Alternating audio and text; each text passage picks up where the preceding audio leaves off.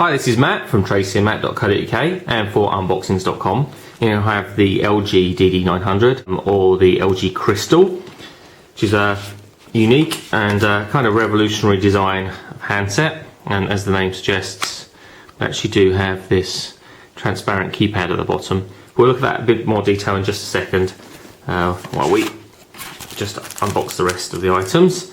So we have a battery, which is a 1000 milliamp hour battery, which is quite small. We then have a headset, which is a wired headset.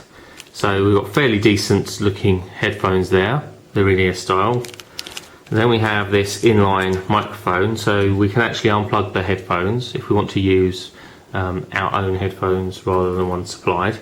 Then we have this inline microphone with the 3.5mm headphone adapter there. Has a push button, there's no volume control, but say there is the little microphone hole in the centre. And then on the other end we do have this micro USB connector. We then have a USB data cable, which is a standard USB on one end and a micro USB on the other. And similarly the charger also has a micro USB connector, a standard 3-pin UK wall charger there. Then comes supplied with a case, which is kind of somewhere between leather and fabric actually. It's very difficult to describe, but it's just a standard kind of slip pouch you can slip your handset into. In actual fact, if you slip it around that way, it's got this slit down the side which allows the headphones to still be plugged in, so that's quite a cool idea.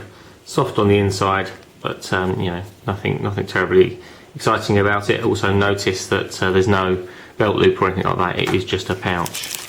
And last of all then we have the manual, and we have a CD-ROM, 8cm CD-ROM. As I mentioned before, just beware that if you've got a slot loading drive mechanism, sometimes these discs don't work and can get stuck.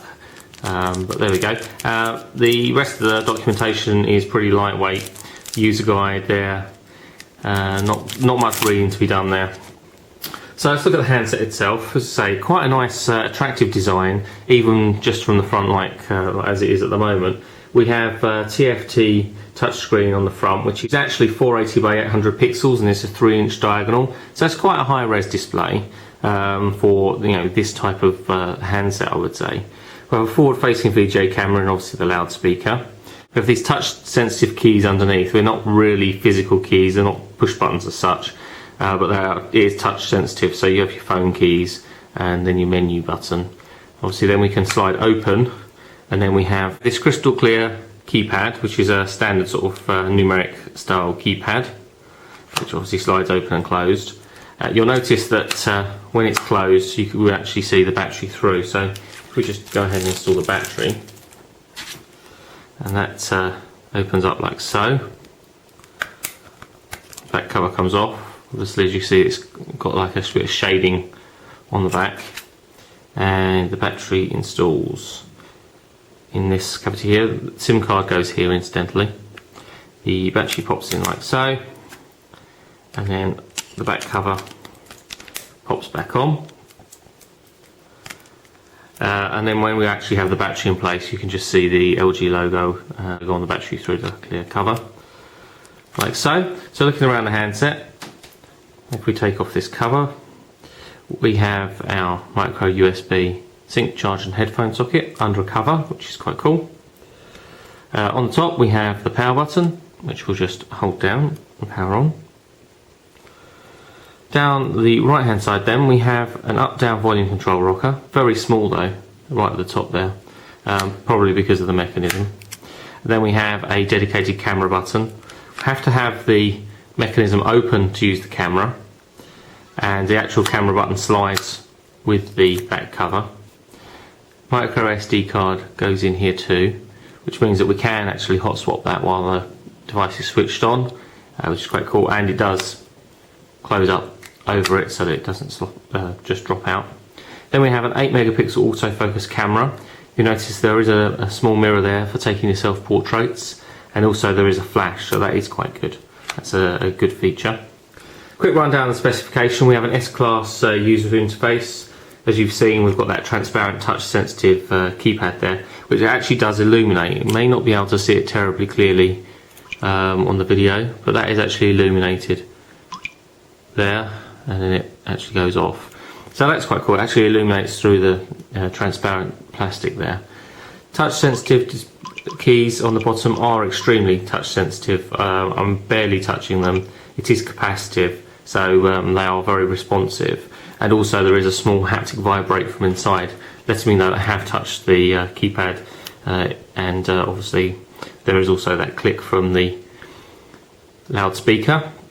Similarly, when I actually touch the keys underneath the screen here, there is a haptic feedback, but there is no click from the actual loudspeaker.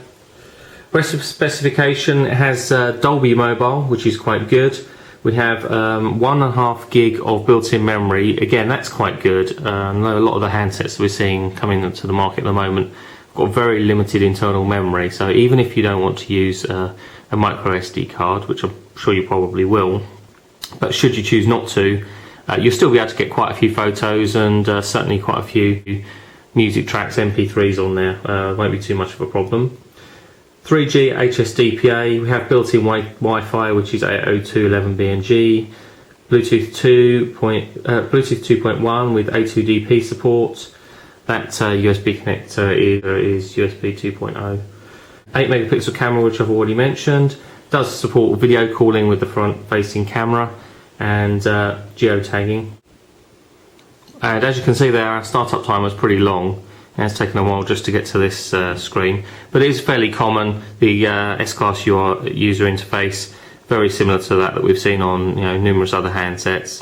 Touchscreen is extremely sensitive. It is capacitive, so requiring only the softest of touch. Haptic feedback every time I touch the screen, and there is the little click from the loudspeaker when I actually touch the screen. Let's come back out of there. And go into contacts. As you can see, obviously my contacts are currently empty, so I haven't added anybody in, and I don't have a SIM card installed. And then we can go back out of there. And then we've got our messaging. Again, it's telling me I've got a SIM card installed. So it won't actually show me anything, unfortunately. Then we've got our menu. This is our main menu, and again, very common. You can actually scroll through these icons and widgets. What I would say, the screen is extremely bright and is extremely clear. As I say, 480 by 800 pixels in a 3-inch display is pretty impressive. There is also a built-in accelerometer, so when I rotate the device, the screen rotates accordingly, and I can rotate back. It is pretty responsive, acting rather quickly when I rotate, so that's quite impressive. And then we can go back to the home screen. And then we've got these widgets that we can install on display, and we can actually roll around. So we've got one here with our clock, and would actually tell us on here the number of missed calls, our messages, our emails and voicemails. Then we roll around to the next one, and it would tell us our contacts. Unfortunately, we don't have any. And then finally multimedia. Again, quite responsive, gesture-based controls there, which is quite impressive. There's also a built-in proximity sensor, which is probably this bit at the top here, but there is a built-in proximity sensor. So when you actually sort of put it down and stop using it, it does actually switch off, which is again quite cool.